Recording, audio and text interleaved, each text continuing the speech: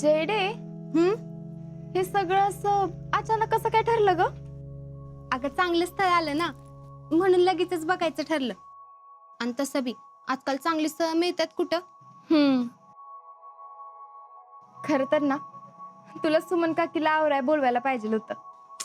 अगं सुमन काकीला बोलवायला वेळ कुठे आहे आता? आणि सुमन काकीकडनं तू शिकली असशीलच की. थोडं थोडं जमतं मला, पण तू काय काळजी करू नकस. आपण मस्त मेकअप करूया तुझा. नाही नाही नाही नाही, मस्त बिस्त काय नाही, असं हाय असं साधं राहू दे. आमच्या अजिंक्यांना जास्त नटलेलं आवडत नाही ना. हा अगं म्हणजे आजकालच्या मुलांना आवडत नाही. होय. तुला नाही का माहित अजिंक्यांना साधंच राहिलेलं आवडतं ते? हा म्हणजे एकदा त्याच्या बोलण्यात ना आलेलं. अजून काय काय माहितीये तुला? तसं जास्त काय माहित नाही. शीतल, अगं आता तुमचं लग्न होणार आहे, तुला सगळं माहित पाहिजे. मला सगळं माहिती आहे आमच्या अजिंक्यांबद्दल. त्यांना चहा कसा लागतो पासनं, त्यांना काय आवडतं काय नाही सगळं. शीतल, त्यांना इस्त्री बी दुसऱ्या कुणी केलेली चालत नाही.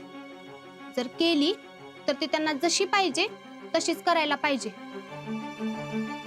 घरात कुणाला बी त्यांच्या कपड्यांना इस्त्री करायची परमिशन नाही, फक्त मलाच आहे. सगळं त्यांना हातात लागतं बर का, अगदी वेळेवर. आता आम्ही इतकी वर्ष एकत्र आहे ना म्हणून मला सगळं माहितीये. हा शीतल, सगळं शिकून घे बर का. आमच्या अजिंक्यांना सांभाळणं एवढं सोपं नाही. ते चिडले की असं चिडतात ना की पुढच्याच काय खरं नाही. आज चिडत असेल असं वाटत तर नाही मला. अगं चिडतात म्हणजे काय असं कुणावर बी चिडत नाहीत काय, फक्त आपल्या माणसावर चिडतात. पण चिडले की असं चिडतात ना की काय विचारू नकोस.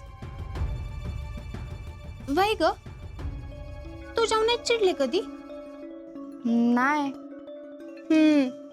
पण लई चिडतात बर का आपल्या माणसावर. तुला सांगते, माझ्यावर तर इतकं चिडत्यात की काय सांगायलाच नको. पण मला बरोबर माहितीये त्यांना कसं सांभाळायचं ते. आता नेमकं कसं ते मी तुला नाही सांगू शकत, पण तू शिकून घे बर का त्यांना कसं हँडल करायचं ते. हा आणि अजिंक्यांना माझ्या. जयडे, अगं अजून आवर नाही तुझं. पाहुणे आली की.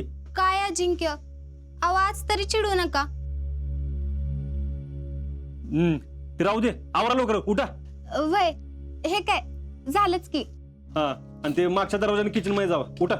वय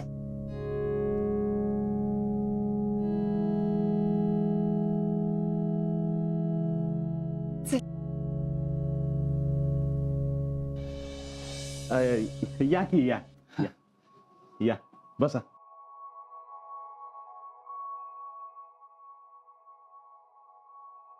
नमस्कार. नमस्कार. मी समाधान भोयटे. जयश्री माझीच कन्या.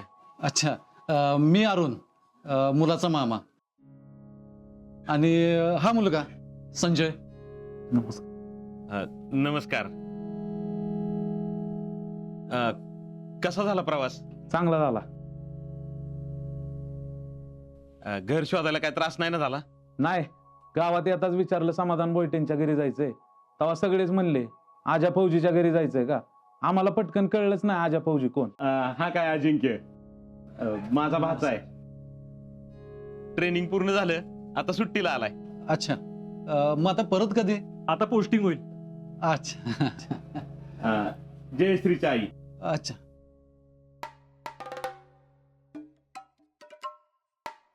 फेडरेशनचे अध्यक्ष आहे मी. नमस्कार. जिजे. जयश्रीची आजी म्हणजे माझ्या आई. नमस्कार. नमस्कार. ही कोण धाकटी मुलगी आहे का? नाही, आमच्या मुलीसारखीच आहे. म्हणजे हा, ती होणारी सून आहे आमची. भाची सून, गावातलीच आहे. गावातल्या गावातच?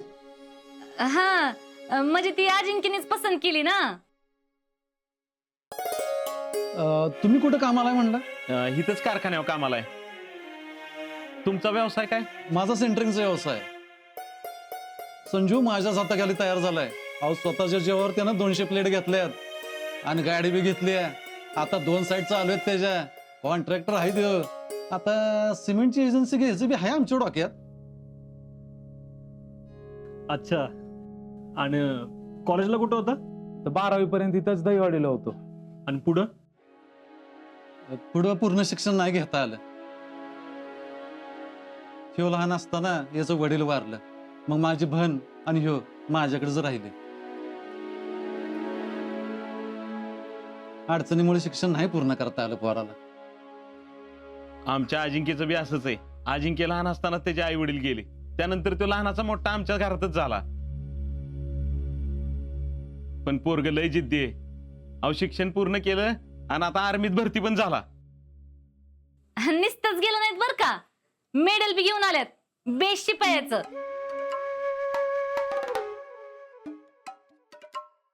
अजिंक्य दाखव की ह्यांना.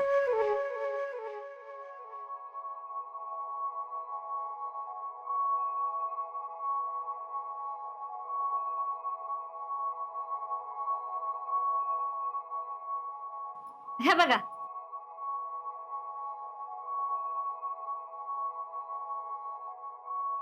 चांगलाय. द्या इकडं.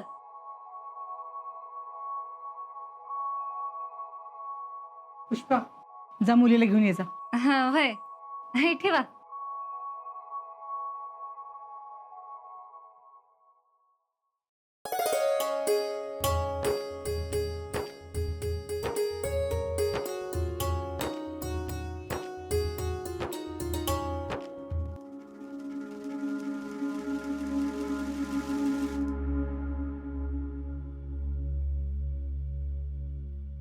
जयश्री पाया पड की. तिथनच पड, सगळ्याला पोचतोय.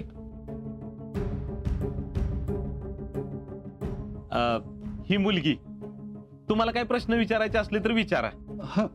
संजू विचार बरं, तुला काय विचारायचं असलं तर. नाव काय? जयश्री समाधान भोईटे.